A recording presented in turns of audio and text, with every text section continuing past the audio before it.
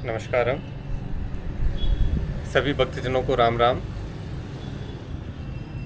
आज शुरुआत करते हैं सात वेद को अंग दूसरा, पार्ट दूसरा।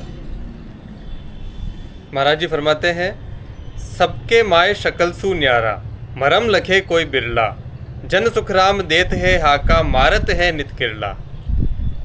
ज्ञानी लखे नहीं कोई पंडित, खट दर्शन ना जेनी, जन सुखराम मोय सो जाने, चलिया गिगन के कानी। पवन खाच भ्रकुटी चोड़े, सो नर लखे न मोई, जन सुखराम अगमगर खेले, रात दिवस नहीं दोई।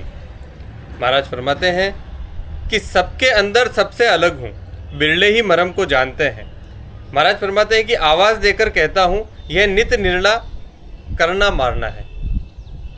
ज्ञानी पंडित खट दर्शनी वे जैनी ब्रह्म के पद का अनुभव नहीं कर सकते। महाराज फरमाते हैं कि ब्रह्म के पद का अनुभव जो गिगन में पहुंचते हैं वह करते हैं। श्वासा को खींचकर शंखनाल के रास्ते भ्रकुटी होकर चढ़ने वाले गिगन में नहीं पहुंचते, यानी केवल पद आनंद पद की प्राप्ति नहीं करते।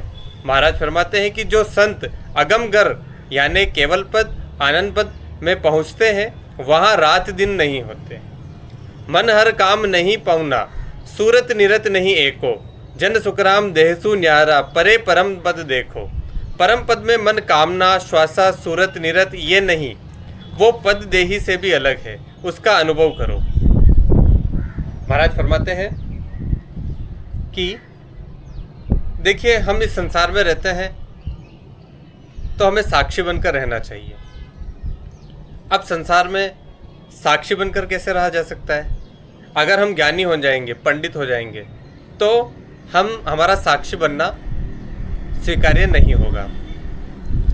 एक कथा मुझे याद आती है कि जब राजा जनक को आत्मज्ञान की प्राप्ति हुई, जब राजा जनक को अष्टावक्र जैसे गुरु मिले और अष्टावक्र ने राजा जनक को जब ज्ञान दिया, तब उनके अंदर जो साक्षी भाव था वो गहरा गया। महाराज जी भी यही बात बता रहे हैं कि जब साक्षी भाव गहरा जाता है तब हमारे अंदर साधुता आती है। एक तपस्वी जो होता है उसके अंदर साधुता आना बड़ा मुश्किल का काम है। तो वैसे ही उनके राज्य में एक गुरु थे। गुरु को पता था कि राजा जनक पहुँचे हुए हैं, लेकिन उनका जो चेला था वो अभी तक नो सीखा था, सीख रहा था, ज्ञान सीख रहा था। तो गुरु ने उनसे कहा कि चेले, जा तू और जनक के पास जाकर ये ज्ञान की प्राप्ति कर। अब चेले को थोड़ा अहंकार था कि जनक तो राजा है, संसारी है, उसके पास ये ब्रह्म ज्ञान, ये केवल पद का ज्ञान कहाँ होगा, जबकि राजा जनक तो केवल पद में और आनंद पद में विराजते थे। लेकिन फिर भी गुरु आज्ञा की पालना करते हुए वो चेला राजा जनक के पास पहुंचता है। जैसे ही वो राजा जनक के पास पहुंचता है, देखता है कि राजा जनक तो ऐशो आराम कर रहे हैं, भोग विलासिता में पड़े हुए हैं, नाच गान चल रहा है। तो उनके मन में ख्याल आता है कि ये राजा जो संसार में पड़ा हुआ है, ये कैसे मुझे ज्ञान दे सकता है। फिर भी गुरु आज्ञा की पालना तो करनी ही थी।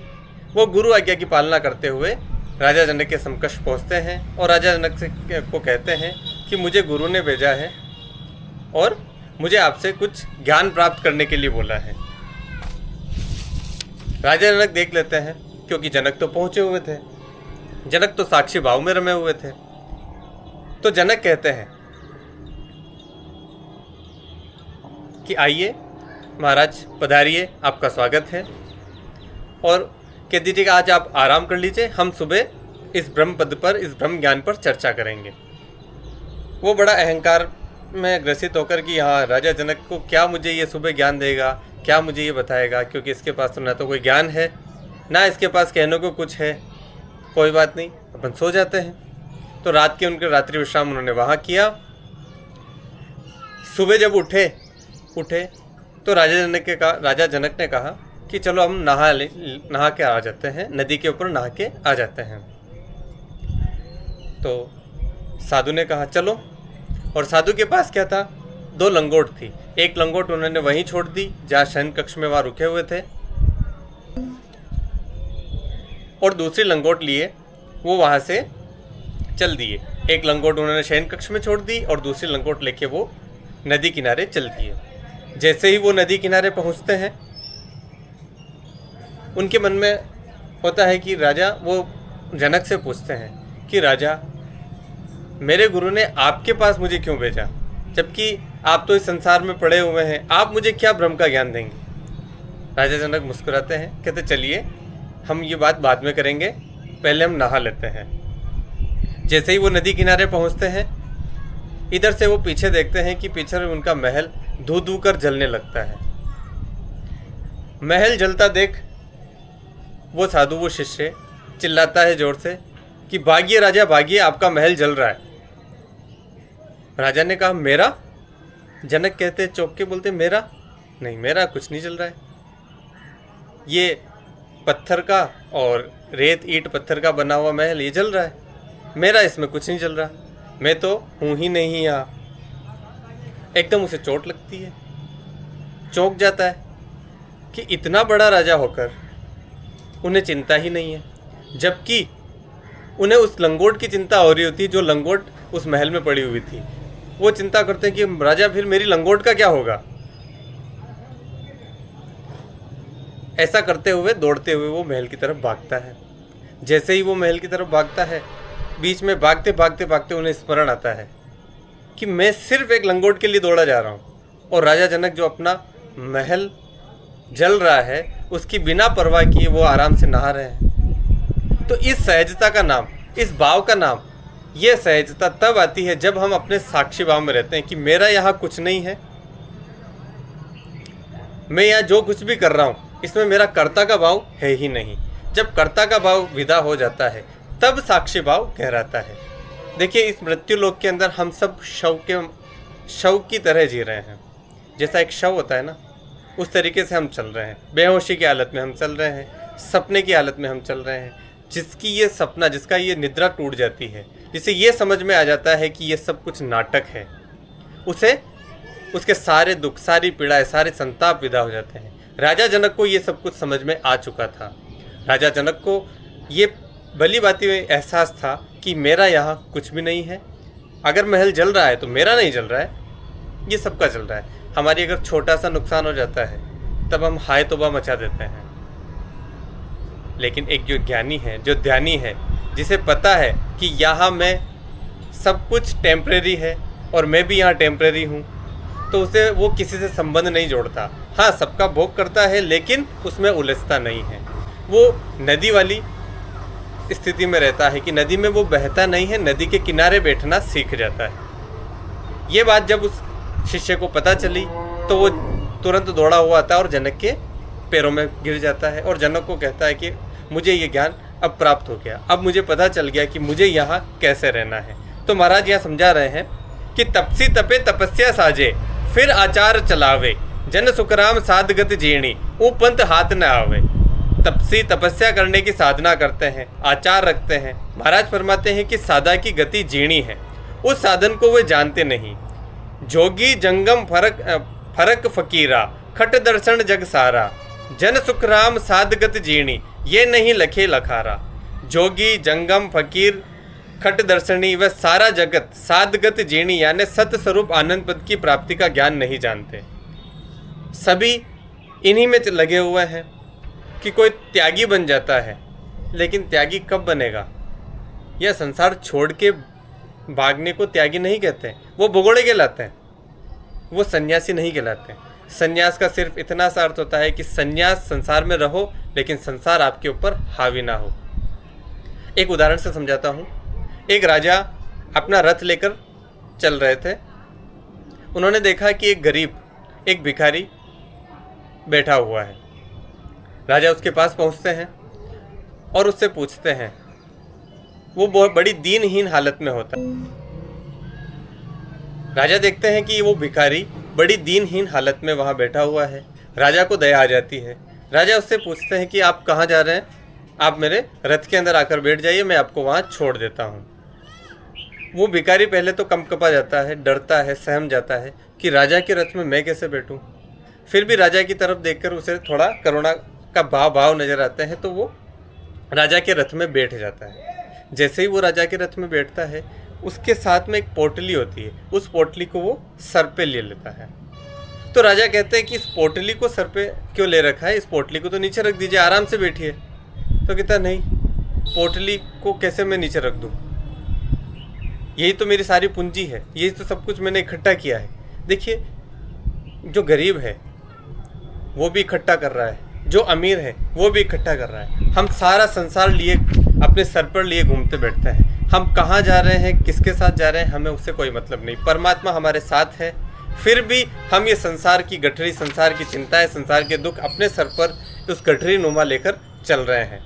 जब हमें ये साक्षी भाव गहरा जाता है, जब गुरु का ज्ञान हमें मिल जाता है, जब वो रथ हमें मिल जाता है, उस रथ के साथ जब हम चलने लगते हैं, तब धीरे धीरे धीरे धीरे हमारे सारे जो संताप है, सारे दुख हैं, वो विदा होने लगते हैं। पढ़िया गुणिया हाथ नहीं आवे, सीख्या सुनिया न जाने, जन सुखराम साध गति जीणी, सदगुरु शरण पछाणे। पढ़ने, गुनने व सीखने से, सुनने से हाथ नहीं आता, वे नहीं जानते। महाराज फरमाते हैं कि साध गति जीणी यानी सत्य स्वरूप आनंद पद का ज्ञान, सदगुरु का ज्ञान धारण करने व उसकी विधि से भजन करने पर प्राप्त होता है। बिना रूप स्थूल बना है अरस परस का मेला, जन सुखराम भेद सदगुरु के नाम रटिया वे बेला। बिना शरीर बिना रूप के आत्म चेतना को सप्त शब्द का अखंड अनुभव होना ही अरस परस का मेला है। महाराज फरमाते हैं कि सदगुरु के ज्ञान से वेद लेकर निज नाम का भजन करने से ही केवल पद व आनंद पद की प्राप्ति होती है। महाराज यह समझा रहे हैं कि देखिए, हमें सदगुरु का जो ज्ञान है, ये ज्ञान बड़ा बारीक ज्ञान है, मतलब बड़ा छोटा ज्ञान है, बड़ा झीणा ज्ञान है, यानी कि बिल्कुल सी बारीक सी बात है। बात यह है कि हमें निज नाम का भजन करना है, जिससे हम केवल पद और आनंद पद की प्राप्ति होती है। अब ये निज नाम का भजन क्या होता है? देखिए, एक नाम हमें जो संसार से मिला हुआ है, वो नाम हम बड़ा करने लगते हैं कि इसका बड़ा नाम है, उसका बड़ा नाम है, उसका बड़ा नाम है, संसार में इसका नाम अच्छा है, संसार में ये बहुत ज़्यादा प्रसिद्ध है। जितने वो पद प्रतिष्ठा अगर किसी को मिल जाती है तो वो अपना नाम बड़ा करने में लग जाता है। असल में वो उसका नाम नहीं होता, निज नाम उसका दूसरा है। देखिए, निज नाम क्या है? जो ने मेरा नाम है वही सबका नाम है। सपोज कीजिए हम एक घर में रहते हैं, घर के अंदर 4 दीवारी है, तो घर के ऊपर जो आकाश है वो हमारे घर का आकाश होता है क्या? वो आकाश तो बाहर भी वही आकाश है, अंदर भी वही आकाश है। जब दीवार हट जाती है, जब वहाँ कोई दीवार नहीं होती, तो पूरा सब कुछ अगर समतल हो गया तो आकाश भी एक हो जाता है। उसी तरीके से हम अपनी छोटी छोटी सीमाएं बना लेते हैं, उन सीमाओं के अंदर हम अपने आप को प्रदर्शित करने लगते हैं, अपने आप को बताने लगते हैं कि ये मेरा नाम है। हम अपने नाम का, पद का, प्रतिष्ठा का प्रदर्शन करने लगते हैं। तो वो हमारा नाम नहीं है। जो निज नाम का भजन करता है, निज नाम का मतलब जो हमेशा से है, जो मेरे अंदर भी है, जो आपके अंदर भी है, जो सबका है, जिसके अंदर कोई सीमा नहीं है, जो हद बेहद से ऊपर है, जिसकी ना तो कोई हद है ना बेहद है, उसका भजन करने से ही केवल पद और आनंद पद की प्राप्ति होती है। रसना रटे धमकू बंदे सूरत निरत कर लावे, जन सुखराम उलट चढ़ा ऊंचा हरि दीदार दिखावे। रसना से रटते हैं, सांस उसान में भजन करने से घोर बंधती है। सूरत निरत लगाकर भजन करके बंकनाल के रास्ते, शब्द के रास्ते उलट कर चढ़ने से परम पद की प्राप्ति होना ही परमात्मा का दर्शन करना है।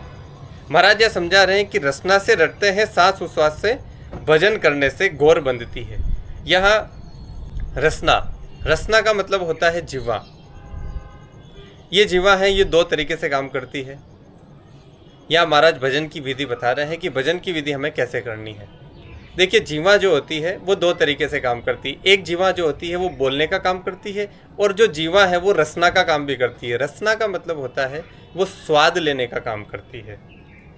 देखिए, सुख का स्वाद होता है, दुख का स्वाद होता है, हमें तीखा लगता है, मीठा लगता है, सबका अपना अपना स्वाद होता है, सबकी अपनी अपनी रस होता है। उस रसना से जब हम श्वास उश्वास में भजन करते हैं, उस रसना से भजन कैसे किया जाता है? जब हम साक्षी बनकर नदी किनारे बैठ जाते हैं, तब हमारी श्वासें वैसे ही शिथिल होने लगती है। उसी तरीके से एक नदी जो हमारे अंदर अनवरत बह रही है, जैसे श्वास आ रही है, श्वास जा रही है, ये एक बहती नदी है। जो श्वास के माध्यम से हमारे अंदर आ रही है, प्रवाहित हो रही है और वहाँ से वापस बह रही है। इस नदी को किनारे बैठकर जब हम देखना सीख जाते हैं तब हम रसना से रटते हैं, उसका भजन करते हैं और उस नीरत में भजन लगाकर बंकनाल के रास्ते से शब्द के साथ उलटकर चढ़ने से परम पद की प्राप्ति होना ही परमात्मा का दर्शन करना है। अब शब्द के साथ उलटकर चढ़ने से का मतलब ये होता है कि जैसे एक शब्द है, एक धारा है। धारा कैसे चलती है? धारा बहती है ऊपर से नीचे की ओर। जब ऊपर से नीचे की ओर धारा बहती है, अब हम इस शब्द को अगर उलट दें तो क्या हो जाती है? वो राधा। तो राधा एक मार्ग होता है कृष्ण को पाने का, ये एक सांकेतिक रूप है। उसी तरीके से जब हमें परम पद की प्राप्ति करनी हो तब हमें इस बंकनाल के रास्ते से, बंकनाल का रास्ता होता है मूलाधार से शुरू होकर सहस्त्रार तक की यात्रा, यानी कि नीचे से ऊपर की ओर। जो धारा ऊपर से नीचे की ओर बह रही थी वो धारा उलटकर अब नीचे से ऊपर की ओर बहने लगती है, यानी कि हमारे जो सातों चक्र हैं, ये सातों चक्र धीरे धीरे धीरे धीरे मूलाधार से चलते हुए जब हम सहस्त्रार तक की यात्रा करते हैं तब ही हमें परमात्मा का दर्शन होता है। और सहस्त्रार तक की जो ये यात्रा है, जब हम श्वासों के किनारे बैठकर उन्हें देखना सीख जाते हैं तभी हम ये भजन कर पाते हैं। जोड़े रटे धम कु साजे, लेवे सांस उसासा, जन सुख राम सजे सब काया, करे गिगन कर बासा। रकार मकार का सांस उसास में भजन करना ही दम को सजना है। महाराज फरमाते हैं कि सारे शरीर में सत शब्द का अनुभव होकर 10वें द्वार के ऊपर गिगन में अनुभव होना ही गिगन में वासा करना है। देखिए, हमारी जो चेतना है वो 9 द्वारों से बह रही है। हमारे शरीर में 9 छेद हैं, उन 9 छेदों से हमारी ऊर्जा हमेशा प्रभावित होती रहती है। एक 10वां छेद भी है। 10वां छेद होता है यहाँ सहस्त्रार में। सहस्त्रार का छेद, जैसे जब कोई छोटा बच्चा होता है, छोटे बच्चे के यहाँ पे एक छोटी सी कोमल सी चीज़ होती है जिसको तलुआ बोलते हैं। उसी तलुए से हमारे प्राण हमारे अंदर प्रवाहित होते हैं। जब हमें ये शरीर मिलता है तब जो प्राण हमारे अंदर आते हैं वो प्राण इसी के माध्यम से आते हैं। और जब हम ये प्रकृति ये चाहती है कि हमारे प्राण इसी मार्ग से वापस निकलें, यही 10वां द्वार है। 10वें द्वार से जिसके प्राण वापस निकल जाते हैं वही श्वास उश्वास में भजन करने को, जो भक्ति में रहते हैं वही उनके ही प्राण यहाँ से निकलते हैं। बाकी उनके प्राण इन 9 द्वारों से जहाँ से ऊर्जा लगातार प्रवाहित हो रही है उनके साथ हमारे प्राण भी प्रभावित हो जाते हैं। ररे ममे बीच भेद विचारे, तज दे फेर मिलावे, जन सुख राम साधक से नर, पछे कद न पावे। राम नाम से वाणी से उच्चारण कर छोड़ देते हैं, फिर उच्चारण करते हैं, यही ररे ममे बीच भेद विचारना है। महाराज फरमाते हैं कि वो सत शब्द की प्राप्ति कभी नहीं कर सकते। देखिए, जो रे और मैं के बीच में फंस जाते हैं, क्योंकि ये राम नाम नहीं है, ये निज नाम है। एक आवाज़ जो हमारे अंदर गुंजायमान है, जिसको 52 अक्षरों के अंदर नहीं बताया जा सकता। जैसे राम शब्द है, ये भी 52 अक्षरों के अंदर आता है, ये भी 52 अक्षरों की वर्णमाला के अंदर आता है। लेकिन वो नाम जो नी अक्षर है, जिसको उच्चारण नहीं किया जा सकता, जिसकी सिर्फ गूंज सुनाई देती है, उस राम नाम को जब हम उच्चारण करते हैं, जब हम उसको रटते हैं, तभी हम उस तक पहुंच पाते हैं। लेकिन जो रे और मैं के बीच में फंस जाते हैं, जो राम रे और मैं के बीच में भेद में विचारते हैं, महाराज फरमाते हैं कि वो सत शब्द की प्राप्ति नहीं कर सकते। वो सत शब्द उनको कभी नहीं मिल सकता। दोनों शब्द जुगतसु रटना, गर्भ बंदे संग मिलिया, जन सुख राम पुरुष जो न्यारी नारी, करे गरज मन मिलिया। ररा ममा दोनों शब्द की सद्गुरु विधि से रटना ही जुगुत्सु रटना है। विधि से ही रटने से ही सत शब्द की जागृति होती है। ऐसे ही स्त्री पुरुष का साथ होने से गर्भ रहता है। पंखी उड़े पंख दोए, जैसे थीर वे पवन सहारे, पंथी दोए चरणते चाले, यूं अक्षर उभय उधारे। पंछी दोनों पंखों से उड़ता है, ऊपर जाकर हवा के सहारे बिना पंख हिलाए उड़ता रहता है। जैसे रास्ता चलने वाला दोनों पैरों से चलता है, ऐसे ही ये दोनों अक्षरों का मकार विधि से भजन करने पर उद्धार कर देते हैं, यानी केवल पद आनंद पद की प्राप्ति हो जाती है। देखिए, संसार के अंदर जब हम बहेंगे, जब हम हवा के विपरीत चलेंगे, जैसे कोई पक्षी उड़ता है और हवा के विपरीत उड़ने की कोशिश करता है तो उसे काफ़ी जोर लगाना पड़ता है, काफ़ी पंख हिलाने पड़ते हैं, तब जाके वो हवा के विपरीत उड़ पाता है, और फिर भी वो उड़ नहीं पाता। उसी तरीके से हमारा जीवन भी है। जब तक हम इस संसार में उलझेंगे, जब तक इस संसार का बोझ हमारे ऊपर लिए चलेंगे, जब तक हम इस संसार के विपरीत चलेंगे, तब तक हम इस संसार में नहीं चल पाते। इस संसार में तो बहना होता है, उस सहज रूप से बहना होता है, बह गए संसार के साथ। और जैसे एक पंछी हवा के अंदर बहता जाता है और उड़ता जाता है, उसी तरीके से हमें इस संसार में जैसे हवा चल रही है उसी तरीके से हमें बहता जाना है। एक लग जतन लाख कर बंधन, सेसर और 88 जन सुखराम वेद बिन भक्ति, कटे न जम की फांसी। वेदों के 1 लाख श्लोक है, उनको पढ़कर उस माफिक साधन करने से 88,000 ऋषियों के ज्ञान धारण कर कितने ही साधन करो। महाराज फरमाते हैं कि वेद से भजन किए बिना जन्म मरण नहीं मिटता। जब तक ये भेद हम नहीं जानेंगे तब तक हमारी ये भेद, ये जन्म मरण का खेल, ये मोक्ष हमें नहीं मिल सकता। महाराज फरमाते हैं कि वेदों के 1 लाख श्लोक है, अगर हम सारे श्लोक भी पढ़ लें, सारी चीज़ें भी हम साधन कर लें, फिर भी ये ज्ञान धारण करके, ये साधन करके भी हम मोक्ष की प्राप्ति नहीं कर सकते। जब तक हमारे अंदर ये साधु का भाव, जब तक हमारे अंदर ये साक्षी भाव नहीं गहरा जाता, तब तक हम ये भजन, इस विधि से अगर जब हम भजन करना नहीं सीखते, तब तक हम वहाँ नहीं पहुँच सकते। भजन की विधि समझाते हैं आज।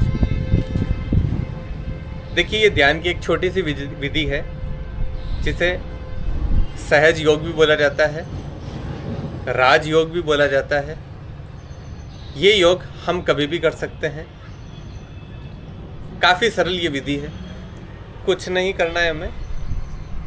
हमारे पास 4 तरह की वाणी होती है, हम 4 तरह की वाणी से बात करते हैं। पहली वाणी जिसको बोलते हैं बेकरी। बेकरी के अंदर जो हमारी बोलचाल की भाषा है, जो हम शब्द उच्चारित कर रहे हैं, जो संसार में बोल रहे हैं, ये बेकरी वाणी है। बेकरी के बाद आती है मध्यमा। मध्यमा वाणी के अंदर होता है जब हम अपने मन से बात करते हैं, जब हम अपने मन की बकवास को सुनते हैं, मन में बड़बड़ाते हैं, उसको मध्यमा वाणी बोलते हैं। मध्यमा वाणी के बाद आती है पश्चंती।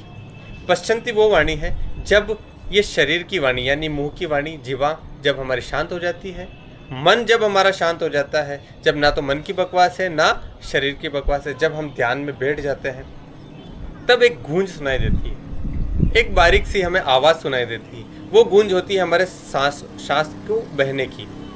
जैसे आप सपोज कीजिए एक नदी के किनारे आप बैठे हुए हैं, नदी बह रही है और नदी की जो कलकल की आवाज़ आती है, वो आवाज़ हमें कितनी सुहानी लगती है। उस आवाज़ को सुनते रहिए, आप मंत्रमुग्ध हो जाएंगे।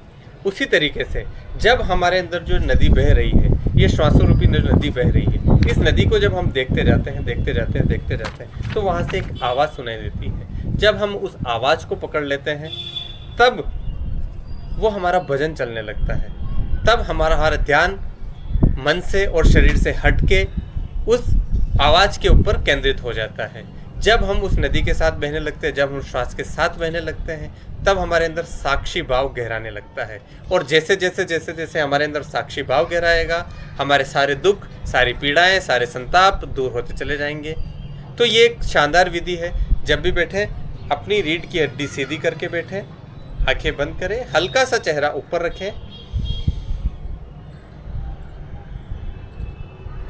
अपनी आती और जाती श्वास को देखें, सिर्फ देखते रहें, सिर्फ देखते रहें। 7 मिनट पहले ये साधना करें कि मैं शरीर नहीं हूँ, मैं मन भी नहीं हूँ। आती श्वास के साथ ये करें, मैं शरीर नहीं हूँ। जाती श्वास के साथ करें, मैं मन भी नहीं हूँ। ऐसा 7 मिनट करने के बाद, उसके बाद आप शांति से बैठ जाएं, रीढ़ की हड्डी को सीधा रखें, आंखें बंद करें, हल्का सा चेहरा ऊपर,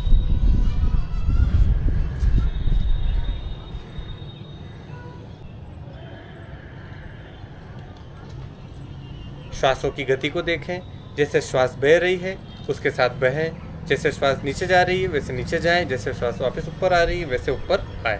इस चीज़ को लगातार देखने से हमारे अंदर साक्षी भाव गहरा जाएगा, और जैसे ही हमारे अंदर साक्षी भाव गहराएगा, हमारे सारे दुख, सारी पीड़ाएं, सारे संताप विलीन होते चले जाएंगे।